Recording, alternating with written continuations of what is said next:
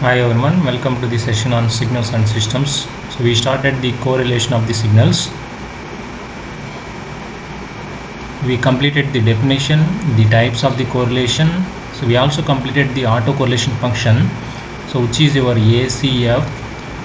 ACF stands for autocorrelation function. So with respect to the energy signal and with respect to the power signal also we completed, and we also discussed their properties also.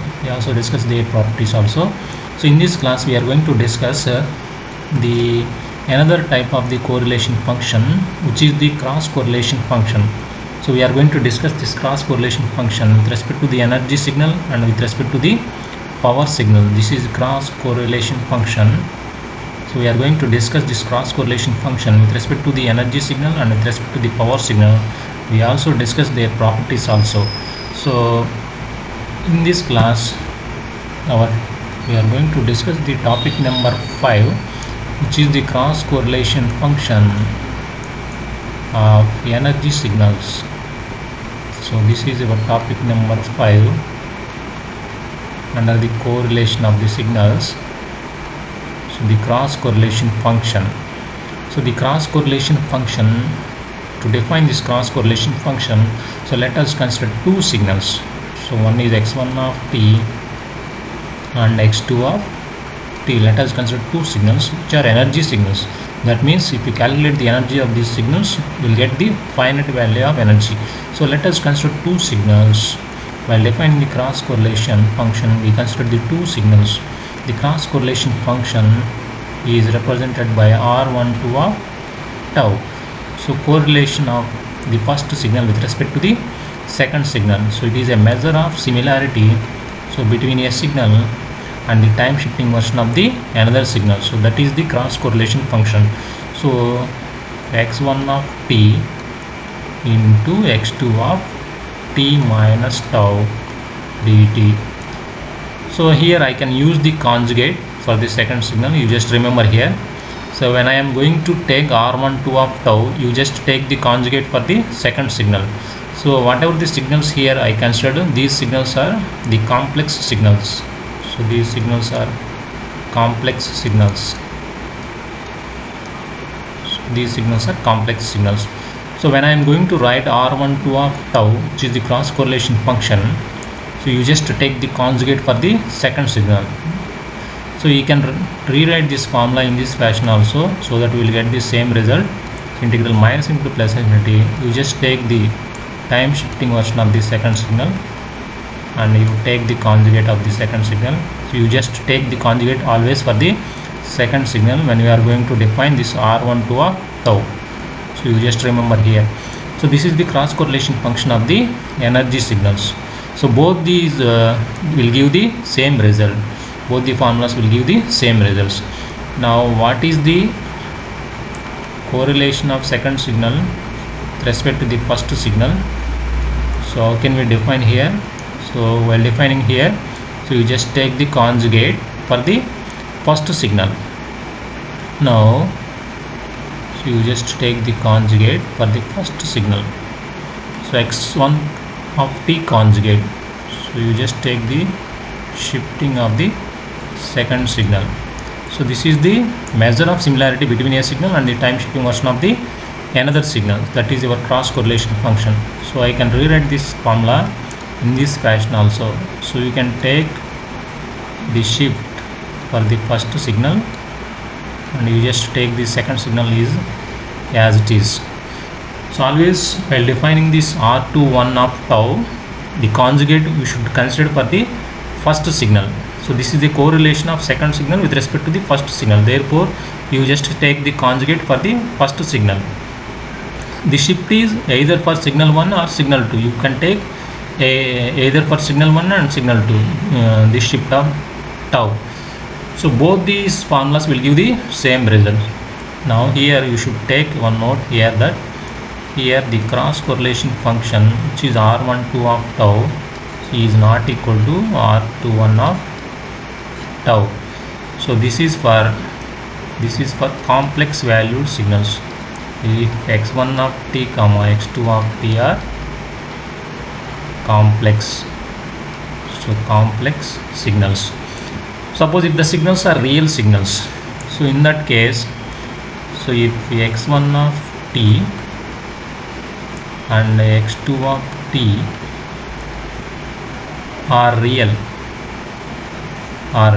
no need to take the conjugate. So for the real signals, I already explained in the introduction part. So the cross correlation function r12 of tau, so that is equal to integral minus infinity to plus infinity x1 of t. So you just take the shift of the second signal. So it is a measure of similarity between a signal and the time shifting version of the another signal, that is your cross correlation function. So I can rewrite this formula in this fashion also. So you can take the shift on the first signal, you just rewrite the same signal and do the integration with respect to the dt. So what is this? This is nothing but the cross correlation function of second signal with respect to the first signal. So that means what? So if x1 of t and x2 of t are real signals, so this r12 of tau is always equal to r21 of tau. So for real signals, the signals are complex signals, so we have r12 of tau is not equal to r21 of tau. So this is the cross correlation function of the energy signals. So when it comes to the properties of the cross correlation function, so this is the first property. So properties of the cross correlation function of the energy signals. So the first property states that the cross correlation function exhibits the conjugate symmetry property. Now how can you state in terms of the mathematical expression? So r12 of tau so is equal to r21 conjugate of minus tau. So this is the cross correlation function which exhibits the conjugate symmetry property. So this is the mathematical representation of the statement. So it exhibits the conjugate symmetry property. Now how can you prove this property? So to prove this property, let us consider the cross correlation function which is r12 of tau. So this is correlation of the first signal with respect to the second signal. Therefore you just consider the conjugate for the second signal because it is r12 of tau. So for the second signal you just take the shift and we are going to do the integration with respect to the dt. Now I want conjugate on both sides of the expression because we are going to prove this r12 of tau equal to r21 conjugate of minus tau. Therefore let us consider the conjugate on both sides of the above equation, so that we will get what? So integral minus infinity to plus infinity. Here we will get x1 conjugate of t. Conjugate of conjugate gives the signal in the normal form, which is x2 of t minus tau dt. Now I want to, so this is nothing but what? So r12 of tau, I just take the conjugate on both sides of this equation. Now if we observe here, so this is nothing but what? So this r12 of, if I take the conjugate on both sides, so in the left hand side I can get r12 conjugate of tau. So in the right hand side I can get the expression like this. Now what is this represents? So this is nothing but what? So this is nothing but, so this is r21 of tau because we consider the conjugate for the first signal, not for the second signal. So this is nothing but r21 of tau expression. So that is nothing but r21 of tau expression. Now if you take the tau replaced by minus tau on the above equation, now what you are going to get? So you are going to get r12 conjugate of minus tau. So that is equal to integral minus infinity to plus infinity. Here we will get what? So x1 conjugate of t, wherever tau is there, so you just replace tau by minus tau so that I can get dt. So what is this?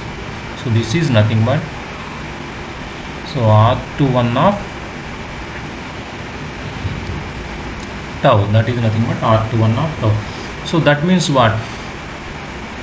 So that means what? Can we prove this one or not? So what is the cross correlation function?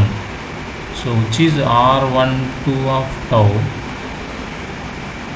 So that is equal to, now R21 of tau, so that is equal to, so R12 conjugate of minus tau. Now from this, if you observe here, R12 of tau is nothing but this one. So this is your R12 of tau. Now when comes to the R21 of tau, so this represent the R21 of tau. So this is R21 of tau is nothing but R12 of conjugate of minus tau, R12 conjugate of minus tau. So that means what? Can we prove this property or not? R12 of tau, so that is equal to what? So that is equal to R12 conjugate of minus tau. So your property is proved here. So R12 of tau is equal to, so R12 conjugate of minus tau, R12 conjugate of minus tau. So this is also equal to R21 of tau. Here you can use R12 conjugate of minus tau. So in the property I can do one mistake. It is R12 of tau is equal to, so R12 conjugate of minus tau. So if this is the first property, the first property states that the cross correlation function of energy signal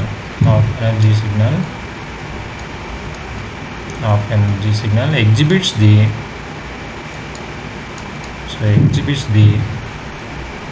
conjugate symmetry property. Conjugate symmetry property. So this is the first property of the cross correlation function of the energy signal, and in terms of the mathematical expression it can be written as, so R12 of tau is equal to R12 conjugate of minus tau. So this is the first property. Now when it comes to the second property of the cross correlation of the energy signal, the second property states that if, so R12 of tau is equal to 0, so if R12 of tau is equal to 0, then the signals we are considered, so which are complex signals, x1 of t and x2 of t are orthogonal to each other,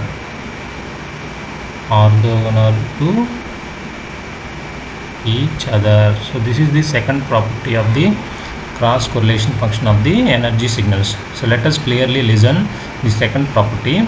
See, if R12 of tau is equal to 0, that means what? So what is the expression for R12 of tau for complex signals? So it is nothing but integral minus into plus infinity, here x1 of t, so you just take the conjugate for the second signal, so which is respect to dt. Now in this statement, if R12 of tau is equal to 0, so that means what? So if R12 of tau, if I make R12 of tau is equal to 0, so implies your right hand side, so which is integral minus into plus infinity, so x1 of t into, so x2 conjugate of t minus tau dt is equal to 0. So is equal to 0 if I make tau equal to 0. So if I make tau equal to 0, so R12 of tau becomes R12 of 0. So this R12 of 0 is equal to 0. So at tau equal to 0, so R12 of tau becomes R12 of 0. If it is equal to 0, if you evaluate the cross correlation function at tau equal to 0, and if you get the result is equal to 0, so in that case the both the signals we are considering are orthogonal to each other, So the meaning of this statement is like this: the signals are orthogonal to each other, so it must satisfy this relation. So you just remember, if signals are orthogonal to each other, if the two signals we consider which are complex in nature are orthogonal to each other, so it must satisfy this relation. So these two signals must satisfy this relation. So if you take the integral product of the two signals, if you get over the range of the time, here I consider minus infinity to plus infinity in actual sense. So in the problem it is given over the range of the time period, like that it is given. So if you take the integral product of the two signals over the range of the time period, if I get the integral product is equal to 0, so meaning is the two signals we consider are orthogonal to each other, So in this statement, so if R12 of 0 is equal to 0, meaning is if we evaluate this R12 of tau, so which is at the origin at tau equal to 0, so if we get 0 means these two signals we consider orthogonal to each other.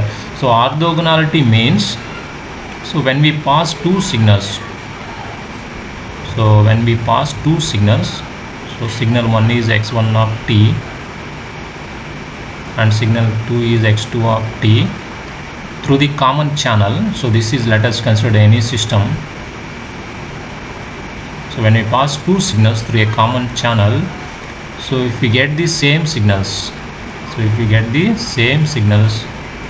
at the receiving end, so without distortion of these two signals, no distortion happens. So when these two signals are passing through the common channel, so when there is no distortion means we will get the same signals at the receiving end. So if I get the same signals at the receiving end, meaning is there is no distortion of these two signals when we pass these two signals through the common channels. So in that case these two signals are orthogonal to each other. Now how can you tell in terms of the mathematical expression these two signals are orthogonal to each other? So using this integral operation, so which is integral minus infinity to plus infinity, so x1 of t into x2 conjugate of t. If x1 of t and x2 of t are complex signals, no need to take this conjugate if the signals are real signal. So if you take this integral product over the range of the period, if you get the 0, means these two signals are orthogonal to each other. That means there is no distortion of these two signals, there is no attenuation of these two signals, there is no interconnection of these two signals. These two signals are not overlapping with each other. So when we pass these two signals through a common channels, so if I get the integral product is equal to 0, these two signals are orthogonal to each other. That is the meaning of the orthogonality of the signals. So in terms of mathematical expression, so this is the formula we are going to use to show the given two signals are orthogonal to each other. Suppose if I have a signal like this, so if I have the signal x1 of 2 equal to 2, and if I have the signal x2 of t, so is equal to root 3 times 1 minus 2t. Here the signals are real signals. Now so in the problem it is given like this. So if x1 of t is 2, x2 of t is like this, and we need to prove these two signals are orthogonal. So over the range of the time period 0 to 1,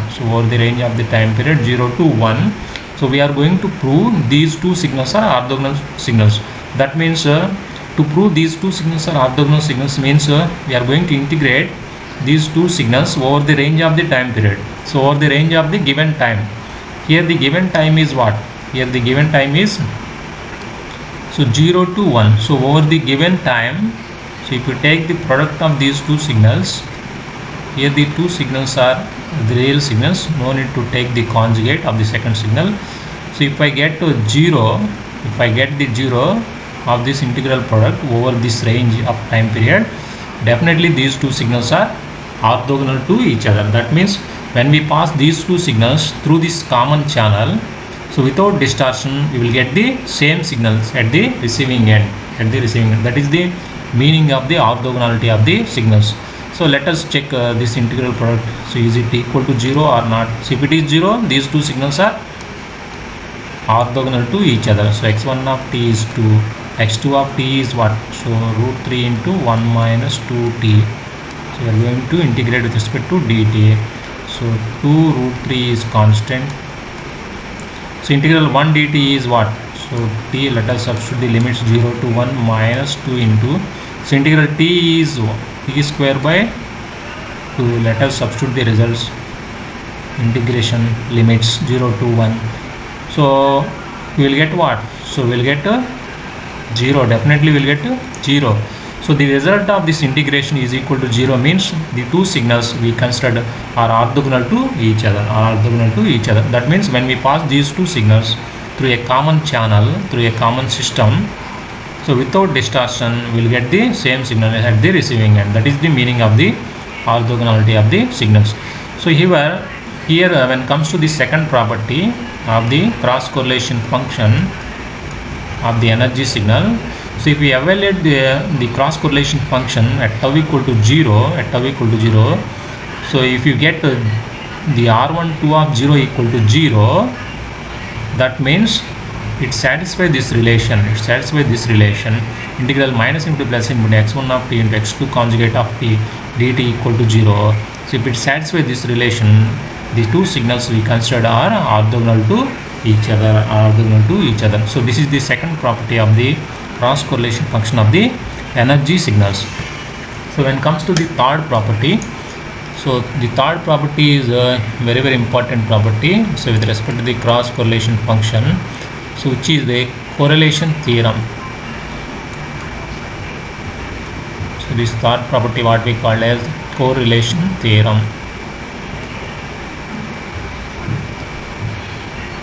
The correlation theorem says that, so if we take the Fourier transform of the cross correlation of the signals, so you should get the result is like this. So the result is the product of the Fourier transform of your first signal and the complex conjugate of the Fourier transform of the second signal. So like that I can get the results. This is your correlation theorem. Now how can you prove this theorem? So to prove this theorem, so let us consider the Fourier transform, which is your left hand side, so which is R12 of tau. So what is Fourier transform of R12 of tau? So it is nothing but integral minus into plus infinity. Here the signal is R12 of tau. So e power minus j omega tau d tau, because here the signal is in terms of the tau, therefore I just consider the formula also in terms of the tau. Now you already know, so what is cross correlation function? You just replace this R12 of tau by this formula. So it is nothing but x1 of t, so x2 conjugate of t minus tau, so dt. So that is our cross correlation function. Here we have e power minus j omega tau. So with respect to d tau we are going to integrate. Now you just multiply this equation and divide this equation by the same factor, so that you will get the same result. And you just rearrange in the above expression, so that I can get integral minus into plus infinity here. Here x1 of t is there, so e power minus j omega t is there here. So you just bring this e power minus j omega t with respect to x1 of t.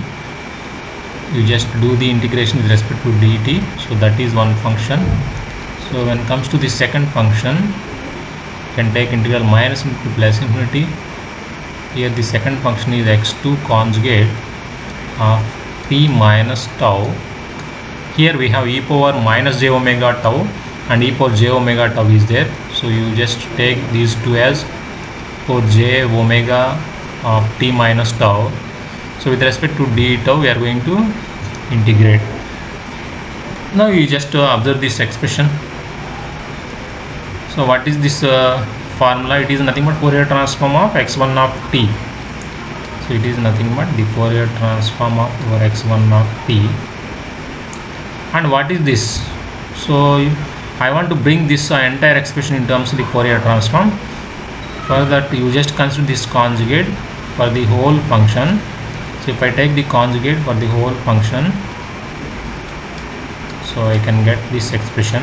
Here I can get minus j omega t minus tau, because I am going to take the conjugate for the entire expression. If I bring this conjugate to the inner side, so we will get this same expression. Now what is the Fourier transform of x1 of t? So it is nothing but x1 of j omega. Now you just observe this expression. So in that expression, if I replace t minus tau by another variable which is p, now the entire expression I am going to transform from tau domain to p domain, so that my limits of integration also changed. Here what is the lower limit for p? Previously the limits are with respect to tau. So with respect to tau the limit is minus infinity, therefore p limit is what? Infinity to minus infinity. Like that we will get the limits for p. Here x2 of p, so e power minus j omega p into what is d tau. Small change in d tau means minus dp. Here I can take minus, here it is dp. So from this expression minus d tau is equal to what? So it is dp, therefore d tau is replaced by minus dp. So here minus. So if I am going to interchange the limits of this integration, here minus sign becomes plus sign, because I am going to interchange the limits.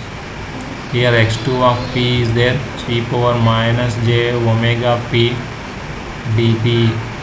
Now what is this formula? This is nothing but the Fourier transform of your signal x2 of p. So what is the Fourier transform of x2 of p? It is nothing but x2 of j omega. So here the entire expression is replaced by x2 of j omega. Here we have conjugate for the entire expression, therefore I can consider this conjugate like this. So finally I can get x1 of j omega multiplied by x2 conjugate of j omega. So this is my right hand side. I can get x1 of j omega multiplied by x2 conjugate of j omega. So if you take the Fourier transform of r12 of tau, so you will get what? So you will get the multiplication of the two signals in the frequency domain. For one signal you just take the conjugate. So if we take the inverse Fourier transform of this combination, you will get what? You will get the r12 of tau. So this is your Fourier transform pair. So this is your Fourier transform pair. So using this we define the correlation theorem. So the correlation theorem states that if you take the Fourier transform of the cross correlation function of two signals, so we'll get the multiplication of the two signals in the frequency domain. So in the two signals we have one signal is the conjugate. So if I take the Fourier transform of this correlation function which is r21 of tau, now what is the result I can get? Here it is r12, so that I can get the second function conjugate in the frequency domain. Here the formula is r21, so that I can get the conjugate for the first signal in the frequency domain. The second signal is, so as it is you can take in the frequency domain. So this is your correlation theorem. This is your third property of the cross correlation function of the energy signals. So these are the three properties with respect to the cross correlation function of the energy signals. So this is all for this class. See you in the next class.